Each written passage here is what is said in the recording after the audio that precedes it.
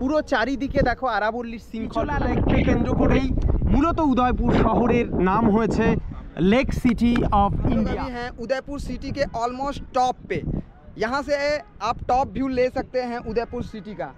पूरी उदयपुर इधर पूरी मॉडर्न उदयपुर सिटी है और इस तरफ आप लेक देख सकते हैं, नेचर का वो व्यू जो आपको कहीं और नहीं मिलेगा। ये लेक वाला शहर पूरे चारों ओर से पहाड़ों से घिरा हुआ ये शहर, यहाँ लेक है, ये किला है। और यहाँ पे आप देख सकते हैं कि कैसे पुराने ज़माने में राजा महाराजा लोग अपने किले की घेराबंदी किया करते थे। देख सकते हैं यहाँ से कैसे छावनी बनाया गया है और यहाँ से अपने किले को घेरने के लिए कैसे व्यवस्था किया गया है।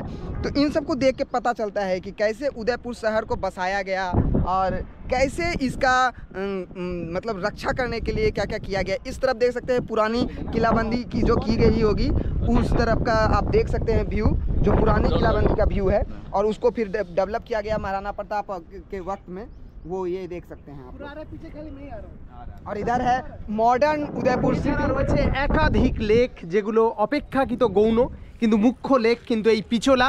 তাছাড়াও এই পাশে যদি আমরা শহরটাকে দেখি তাহলে বোঝা যাবে যে চারিদিক দিয়ে কি সুন্দরভাবে প্রসারিত রয়েছে উদয়পুর শহর, এবং এটা কিন্তু অবশ্যই একটি পরিকল্পিত, বেশ রাজস্থানের অন্যতম একটি শহর উদয়পুর যেটা আমরা দেখছি।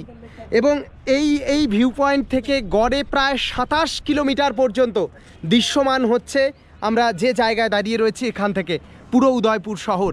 पर्सनल जो इंटरेस्ट है वो नेचर के प्रति है, इसीलिए हम नेचर को ज़्यादा अप्रिसिएट करते हैं। लेकिन ये व्यू भी यहाँ से बहुत अच्छा लगता है, कैसे पहाड़ बीच में इंसान और नेचर एक साथ घोल मेल करके रह रहे हैं। এই পয়েন্টটার সবচেয়ে বড় গুরুত্ব যেটা, যার একদিকে পুরো উদয়পুর শহর এবং একপাশে পিচোলা লেক। এটা উদয়পুরের অন্যতম বড় একটি লেক পিচোলা। এই লেকটার তৈরি হওয়ার পিছনে যদি আমরা কিছু ব্যাকগ্রাউন্ড দেখার চেষ্টা করি, পুরো চারিদিকে দেখো আরাবল্লীর শৃঙ্খল রয়েছে এবং শৃঙ্খলটা চারিদিক দিয়ে এমনভাবে রয়েছে যে এই লেকটা ওয়ান কাইন্ড অফ কেন্দ্রমুখী একটা ড্রেনেজ সিস্টেম তৈরি করেছে। অর্থাৎ পুরো পাহাড়গুলো থেকে নেমে আসা জলের ধারা এই জায়গায় এসে কনসেন্ট্রেট হয়েছে, যে কারণে এখানে জলের মাত্রাটা এত, এবং এটা একটা লেকে পরিণত হয়েছে আফটার অল।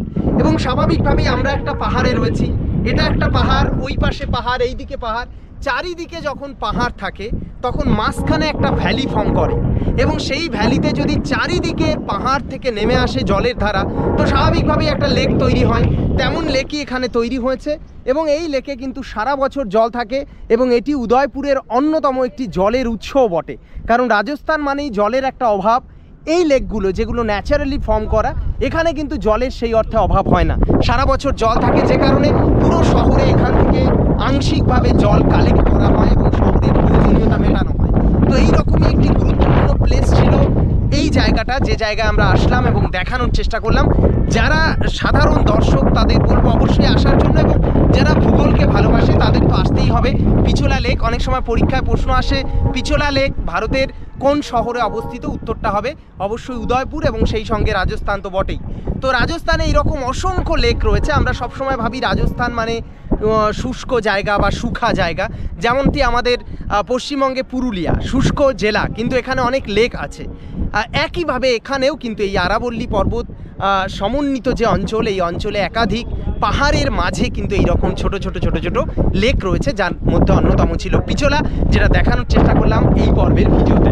অবশ্যই এইরকম নানা বিষয় যেটা আমরা কোনো স্পটে গিয়ে গ্রাউন্ড জিরো ভিজিট করে গো অ্যান্ড সি স্ট্র্যাটেজির মধ্যে দিয়ে দেখানোর চেষ্টা করি আমাদের বিভিন্ন ভিডিওতে।